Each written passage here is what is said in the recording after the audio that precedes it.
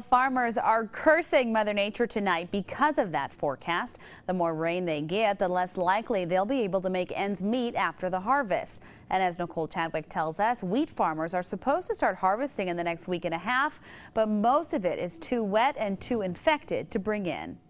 Hard to find one that ain't got any on it.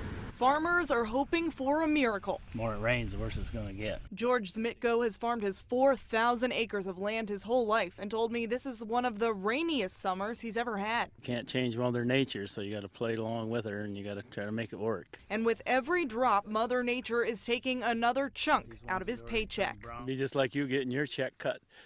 Your hourly rate cut by a couple bucks or a buck, and then you got to try to make ends meet. Zmitko tells me even if just the bottom of a head of wheat is infected like this one, he could lose up to $1 a bushel, not to mention not being able to sell nearly as many. Altogether, he'll lose about $12,000 this year. And he's not alone. When you have this continued cool weather, wet conditions, we'll end up getting disease coming into the wheat, and that's really what we've seen across the state this year. Tim Boring from the Michigan Agribusiness Association told me Michigan is 12th in the country for wheat production, and it brings in about $325 million a year. But if big companies can't buy the wheat from us, they'll have to get it somewhere else. At the very least, they're going to have to bring in wheat from places like the Pacific Northwest, which obviously has huge transportation costs and logistical challenges. And if it gets much worse, he says you may be paying more in the grocery aisle. Nicole Chadwick, Fox 47 News.